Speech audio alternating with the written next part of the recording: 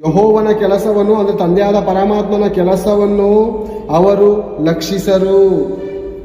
ಏನ್ ಬೇರೆ, ತಾಯಿಯ ಗರ್ಭದಲ್ಲಿ ಅದ್ಭುತವಾಗಿ ದೇವರು ಕೆಲಸ ನಡೆಸಿದ್ದಾರೆ. ತನ್ನ ಅಂಗೈಯಿಂದ ದೇವರು ನಮ್ಮನ್ನು ಚಿತ್ರಿಸಿದ್ದಾರೆ.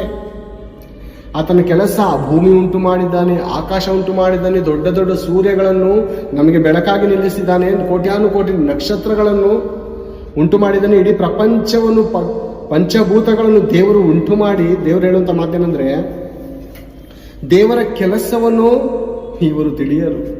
ಇವ್ರಿಗೆ ಈ ದೇಶದಲ್ಲಿ ಮಾಡಿರೋಂಥ ಕೆಲಸವಿರ್ಬೋದು, ಈ ಭೂಮಿ ಉಂಟು ಮಾಡಿರೋಂಥ ಕೆಲಸ ಇದಿರ್ಬೋದು, ಓಕೆ. ನನಗೆ ಅದ್ಭುತವಾಗಿಯೂ ಅತಿಶಯವಾಗಿಯೂ ದೇವರು ತಾಯಿ ಗರ್ಭದಲ್ಲಿ 9 ತಿಂಗಳು ಕೆಲಸ ಮಾಡಿ, ಹಗಲು ಅನ್ನದೇ ರಾತ್ರಿ ಅನ್ನದೇ ನಿನ್ನ ತಾಯಿ ಗರ್ಭದಲ್ಲಿ ನೀನು ಅಂಡಾಳಾಗಿರುವಾಗ ದೇವರು ನಿನ್ನನ್ನು ಅದ್ಭುತವಾಗಿಯೂ ವಿಚಿತ್ರವಾಗಿಯೂ ಒಂದೊಂದು ಅಂಗಗಳನ್ನು ಅತಿಶಯವಾಗಿ ರೂಪಿಸುವಾಗ ದೇವರ ಕೆಲಸವನ್ನು ಯಾರು ಅರ್ಥ ಮಾಡ್ಕೋತಾ ಇಲ್ಲವಂತೆ. ಒಬ್ಬ ಶಿಲೆ ಕೆತ್ತುವವನನ್ನು ನೀನು ವಿಚಾರಿಸು, ಆ ಶಿಲೆ ಕೆತ್ತಬೇಕಾದ್ರೆ ಎಷ್ಟು ರಾತ್ರಿ ಎಷ್ಟು ಹಗಲುಗಳು ಆತನು ಕಷ್ಟಪಟ್ಟಿರ್ತಾನೆ.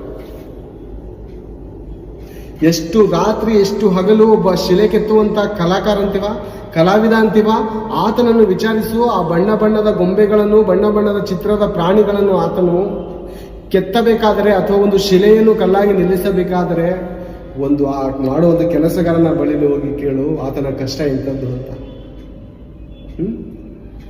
ದೇವರು ಪ್ರತಿ ಮಾನವರ ತಾಯಿಯ ಗರ್ಭದಲ್ಲಿ ನಮ್ಮನ್ನು ರೂಪಿಸ್ತಾ ಇದ್ದಾನೆ ಸ್ವಂತ ಕೈಗಳಿಂದ. ದೇವದೂತರಿಗೆ ಅಪ್ಪಣೆ ಕೊಟ್ಟು ಕೆಲಸ ಮಾಡಿಸ್ತಾ ಇಲ್ಲ.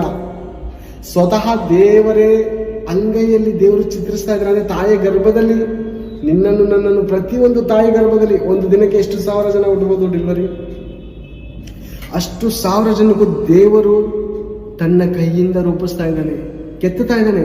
ಕಣ್ಣು ನನ್ನ ಮಗಳಿಗೆ ಈ ರೀತಿ ಇರಬೇಕು, ಹುಬ್ಬು ನನ್ನ ಮಗಳಿಗೆ ಈ ರೀತಿ ಇರಬೇಕು, ತುಟಿಗಳು ನನ್ನ ಮಗಳಿಗೆ ಈ ರೀತಿ ಇರಬೇಕು, ಮೂಗು ಈ ರೀತಿ ಇರಬೇಕು, ಕಣ್ಣು ಈ ರೀತಿ ಆಗಬೇಕು, ನನ್ನ ಮಗನಿಗೆ ಕೂದಲು ಈ ರೀತಿ ಇರಬೇಕು, ಕಿವಿಗಳು ಈ ರೀತಿ ಇರಬೇಕು ಅಲ್ವಾ. ಮೀಸೆ ಬರುವಂತ ಜಾಗ ಇಷ್ಟಕ್ಕೆ ಮಾತ್ರ ಮೀಸೆ ಬರಬೇಕು ಅಲ್ವಾ. ಎಷ್ಟು ಅದ್ಭುತವಾಗಿ ಆಲೋಚನೆ ಮಾಡಿ ಅಂಗಾಲಿಂದ ಹಿಡಿದು ನಡುನತ್ತಿಯವರೆಗೂ ದೇವರು ರೂಪಿಸಿ ಮಾನವ ಜನ್ಮವನ್ನು ಮನುಷ್ಯರಿಗೆ ಕೊಟ್ಟಿರುವಾಗ ಮನುಷ್ಯನು ಏನಾಗ್ತಾ ಇದ್ದಾನಂತೆ, ಮನುಷ್ಯನು ಕಿನ್ನರಿ, ವೀಣೆ, ದಮ್ಮಡಿ, ಕೊಳಲು, ದ್ರಾಕ್ಷರಸ ಇವುಗಳೇ ಅವರ ಔತಣಗಳ ಸೊಬಗು. ಯೆಹೋವನ ಕೆಲಸವನ್ನು ಅವರು ಲಕ್ಷಿಸರು, ಆತನ ಹಸ್ತ ಕಾರ್ಯವನ್ನು, ಕೈಯಿಂದ ಮಾಡಿದಂಥ ಹಸ್ತ ಕಾರ್ಯವನ್ನು ಆಲೋಚಿಸರು.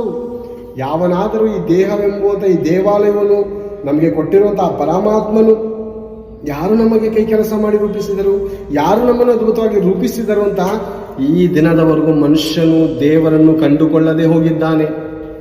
ಈತನ ಜೀವನದಲ್ಲಿ ಯಾಕೆ ನಿಜವಾದ ಸ್ವತಂತ್ರವಿಲ್ಲವೆಂದರೆ ಈತನು ಪಾಪಕ್ಕೆ ಖೈದಿಯಾಗಿದ್ದಾನೆ, ಪ್ರೇಮಕ್ಕೆ ಖೈದಿಯಾಗಿದ್ದಾನೆ, ವ್ಯಭಿಚಾರಕ್ಕೆ ಖೈದಿಯಾಗಿದ್ದಾನೆ, ಕುಡುಕುತನಕ್ಕೆ ಖೈದಿಯಾಗಿದ್ದಾನೆ, ಇಸ್ಪಿಟಾಟಕ್ಕೆ ಖೈದಿಯಾಗಿದ್ದಾನೆ, ಚಾಡಿ ಹೇಳುವುದರಲ್ಲಿ ಖೈದಿಯಾಗಿದ್ದಾನೆ, ಕೊಲೆ ಮಾಡುವುದರಲ್ಲಿ ಖೈದಿಯಾಗಿದ್ದಾನೆ. ಪ್ರೇರೆ, ಇದು ನಿಜವಾದ ಬಂಧನದಿಂದ ಬಿಡಿಸತಕ್ಕಂಥ ನಿಜವಾದ ಸ್ವತಂತ್ರ ಎಲ್ಲಿದೆ?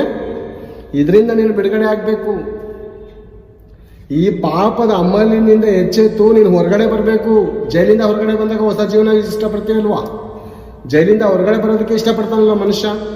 ಈಗ ನೀನಾಗಿರುವಂಥ ಮನುಷ್ಯನು ಪಾಪದ ಅಮಲಿನಲ್ಲಿ ಖೈದಿಯಾಗಿದ್ದೀಯ.